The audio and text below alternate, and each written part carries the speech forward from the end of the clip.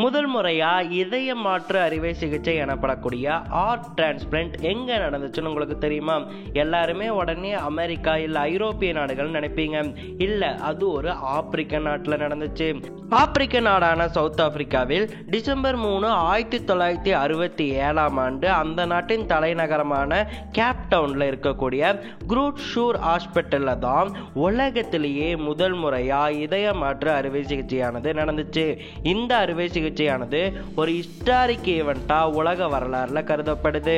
December 3, 1967 உலக புகழ்பெற்ற இதய அறுவை சிகிச்சை நிபுணரான கிறிஸ்டியன் பெர்னார்ட் எனும் மருத்துவரானவர் கார் ஆக்சிடென்ட்ல இறந்து போன டென்னிஸ் டேரல் எனும் பெண்மணியின் இதயத்தை லூயிஸ் வஸ்கான்ஸ்கி எனும் உடல்ல மாற்றி வைத்தாரு.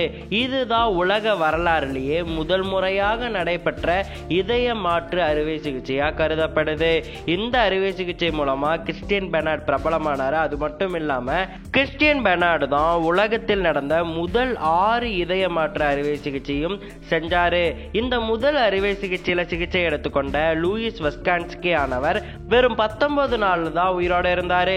இதய மாற்று அறுவை சிகிச்சை நடந்த பிறகு 19 நாட்கள் கழித்து நிமோனியா நோயால லூயிஸ் வஸ்கான்ஸ்கி இறந்து போனாரு. அவர் இறந்து போயிருந்தாலும் இதய மாற்று அறுவை சிகிச்சையானது சக்சஸ்ஃபுல்லா தான் நடைபெற்று இருந்துச்சு. இதனாலேயே முதல் சக்சஸ்ஃபுல் இதய மாற்று அறுவை சிகிச்சை இந்த கிறிஸ்டியன் பெர்னார்டுடைய இதய மாற்று அறுவை சிகிச்சை தான் கருதப்படுது. அந்த அறுவை சிகிச்சை நடந்து இதோட 50 வருடங்கள் மேலாச்சு. மருத்துவ உலகின் மாபெரும் சாதனையான இந்த இதய மாற்று அறுவை சிகிச்சை நடந்த பிறகுதான் ஒவ்வொரு நாடுகளுமே அவங்களுடைய நாடுகள்ல மனிதர்களிடம் இதய மாற்று அறுவை சிகிச்சையை பிரபலப்படுத்த தொடங்கினாங்க. அதன் பிறகு இப்ப வரைக்கும் இதய மாற்று அறுவை சிகிச்சை நடைபெற்றுட்டு வருது. ஓகே மக்களே, முதல் இதய மாற்று அறுவை சிகிச்சை எங்க நடைபெற்றுருந்துச்சு அப்படிங்கிறத நீங்க இந்த வீடியோ மூலமா தெரிஞ்சிருப்பீங்க. இந்த வீடியோ உங்களுக்கு பிடிச்சிருந்துச்சுன்னா மறக்காம லைக் பண்ணிட்டு மறக்காம நம்ம சேனலுக்கு சப்ஸ்கிரைப் பண்ணிருங்க.